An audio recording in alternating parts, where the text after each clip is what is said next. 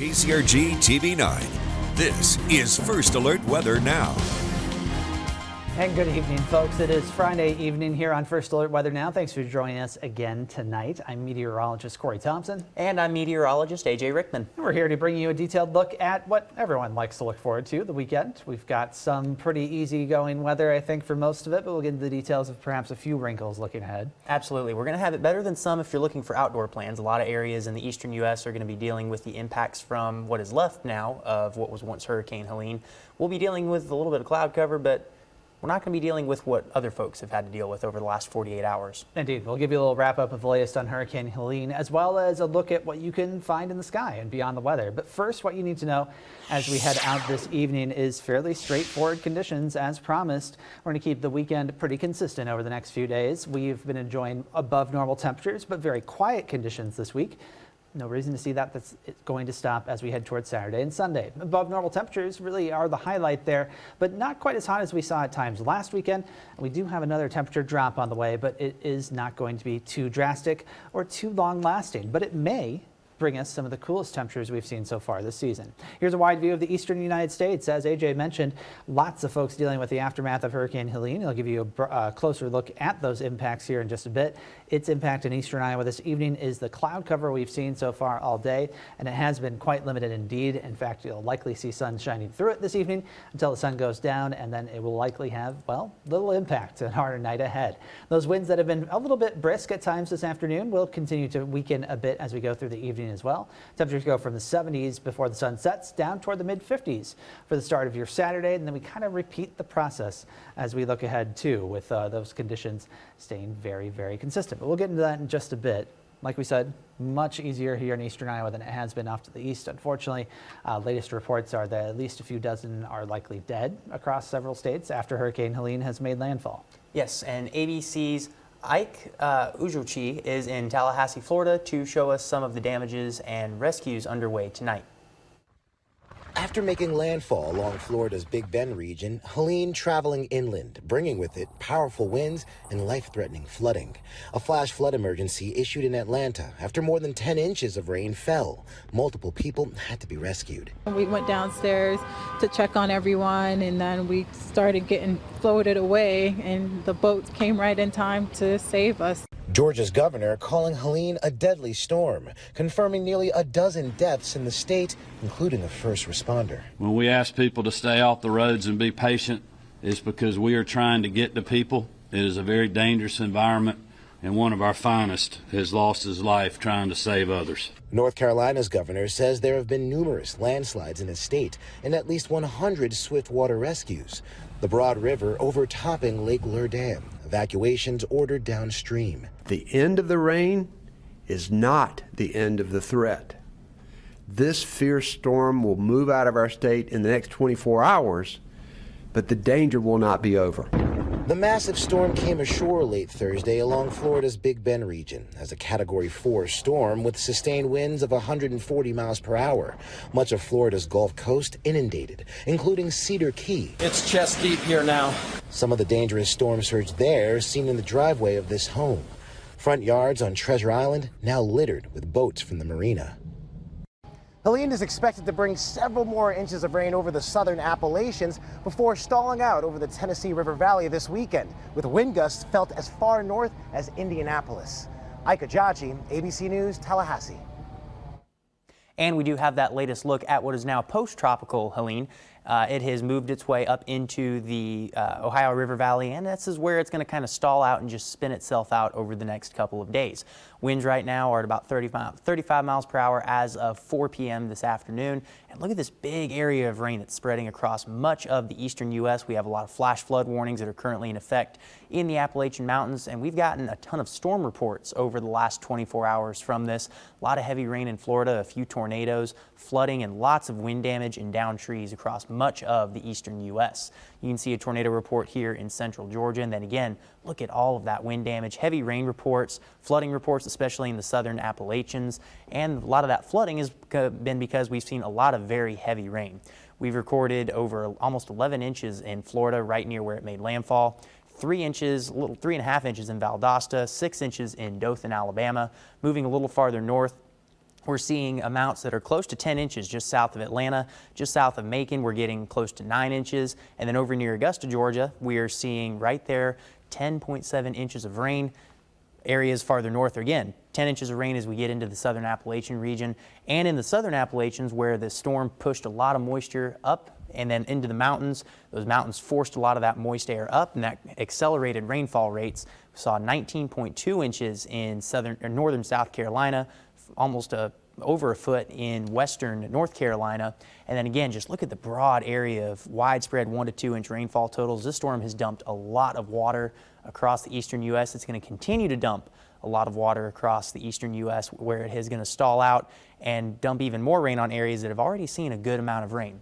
Here in Iowa, though, we are going to stay dry for the next 3 days, and we'll have a look at how that impacts your weekend plans with Joe with your forecast for fun. The last weekend in the month of September is upon us. Lots going out across eastern Iowa. That's why we bring you our forecast for fun. And let's begin by looking at the leaves across eastern Iowa. The fall foliage right now, patchy, basically from Highway 30 all the way to the north. So again, we're not nearing peak across eastern Iowa, but as we take a look at the upper Midwest, we are seeing some pretty good color right now. The Arrowhead region of Minnesota, some of the UP of Michigan, and northern areas of Wisconsin. Probably a week away from some peak color farther off toward the north. Friday Night Lights football, of course, takes place tonight. Going to be a great night for the ball game. Kickoff temperature right around 72. That's underway at 7 o'clock, not far from right now. Prairie takes on Liberty. You can watch that game. Switch over to KCRG 9.2. Blocktoberfest as well, happening right now. 75 degrees, a few clouds, a partly cloudy, but a great night ahead. Lots of bands, of course, ending with the Pork Tornadoes concert in a couple of hours. Your fall activities forecast for tomorrow looks good if you're going to be out and about. Mid to upper 70s for highs as we start off in the 50s. And don't forget our pumpkin patch forecast tonight out at Bloomsbury Farm. They do have the great balloon glow going on. And then for the weekend, it's Oktoberfest at Bloomsbury, highs in the 80s. And of course, Oktoberfest this weekend, many locations including Waterloo and Solon. The weather also cooperating with highs in the lower 80s. Have a safe weekend and always enjoy your forecast for fun. Now, your First Alert forecast with meteorologist Corey Thompson. And just to emphasize what Joe said already, we do have a really clear next 24 hours of any major weather hazards or impacts. Expecting temperatures, winds, no precipitation to all be very, very reasonable during this time. View from our Parkersburg City Cam down below. You can see a little bit of football action taking place there in Parkersburg. The sun is setting and conditions are pretty much perfect. We're still talking temperatures in the upper 70s to low 80s, though, in some cases, close to 80 in Waterloo and Parkersburg. Notice those dew points remain pretty low, low to mid 50s at this point, and that dry air will cool off fairly steadily as we go through the rest of the evening. Now, tonight's setup involves the remnants of Hurricane Helene, now located, or rather by later this evening, located down toward the southern portion of Indiana, northern Kentucky, southeastern Illinois. We're feeling the effects of it with that northeasterly breeze and some of those clouds. There is a cold front to our northwest. This front's actually going to kind of dissipate within the next 24 to 36 hours. It will not be changing our weather just yet. We have to wait a few more days after that for an actual and stronger cold front to move through to bring us a little bit of difference in our weather. So if you've liked the last couple of days, you're going to like the next couple too, because we keep a little bit of that cloud cover, a little bit of that wind through the area overnight, but it's both going to thin a little bit in terms of clouds, and the winds are going to turn a little bit lighter too. Notice by 7 o'clock tomorrow morning, rain is still east of the Mississippi, well off into central Illinois, and it stays there. A little bit of shower activity potentially toward the Chicago area if you have a weekend getaway planned, but here in eastern Iowa, locally, we are staying very, very comfortable. Decent amount of sunshine, temperatures that will be a little bit warm, but that breeze will be there again during your Saturday afternoon. Pretty similar to today's winds that we saw, and that's going to take a little bit of the edge off of those warmer temperatures. Now, tomorrow night, we repeat the process. Mostly clear skies lead to a relatively cooler start to Sunday. A little bit of breeze there to wrap up the weekend too, but a little bit of sunshine as well. So we'll call it partly cloudy overnight in your First Alert forecast. 56 in Waterloo, 57 in Washington. Everyone will be running several degrees above normal for this time of year. Our normal low is 48 degrees.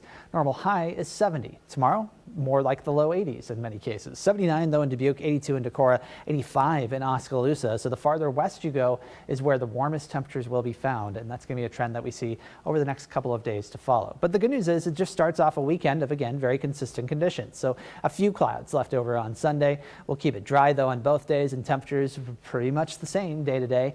Overall, the muggy feel to the air also stays relatively steady, but dew points increase a little bit between Saturday and Sunday, but especially toward Monday. That's ahead of that cold front that's going to bring us that subtle change in our atmosphere by then, but without enough moisture to work with, we're not expecting any precipitation chances. That front passes by Monday night, and there's no hidden slight chance of rain there either. Totally dry as it moves by. Instead, we will see that drop in temperatures going from the 80s over the next few days down into the 70s generally for the rest of the 9-day forecast. We're keeping things a little bit cooler overnight too. I promised you that Wednesday morning where we could see the coolest temperatures of the season so far. 40 on average. That means some folks could fall into the 30s. And with them falling into the 30s, they might see their first frost. I know that's coming up soon as well, when we would generally start to see that change. Yeah, we'll have to wait and see. You said you were eager to feel weather in the 30s again. I told you there will be plenty. You don't have to worry. Yeah, I'm impatient for it, but you're right. Once we do get to November, December, and then January, I'll probably get more than my share of it.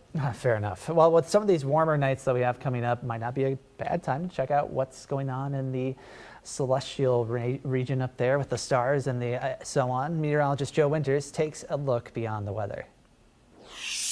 We always watch the weather across eastern Iowa, but many times we need to take a look beyond the weather to see some great views of some of the objects in the skies across eastern Iowa. Great things for you to take a look at as we head through the next weekend. Beyond the weather includes the International Space Station. We do have a chance to see it. It's on Friday at 8:46 p.m. Now, what's it going to look like? It'll be a bright light moving across the sky, and it'll be visible for about 3 minutes. The maximum height it will reach off the horizon is about 65 degrees. It does appear in the west-northwestern sky and will disappear across the western sky. That again on Friday, 8:46 p.m. Skies should be clear to partly cloudy, depending on where you are with the influence of Hurricane Helene. Maybe you'll be able to see that bright light moving through. That, of course, the International Space Station. Now, as we work our way into the weekend, if you're an early riser, and we'll have some clear skies from here to there, look in your east-southeastern sky. Lots of great things to take a look at. Should be very easy to find because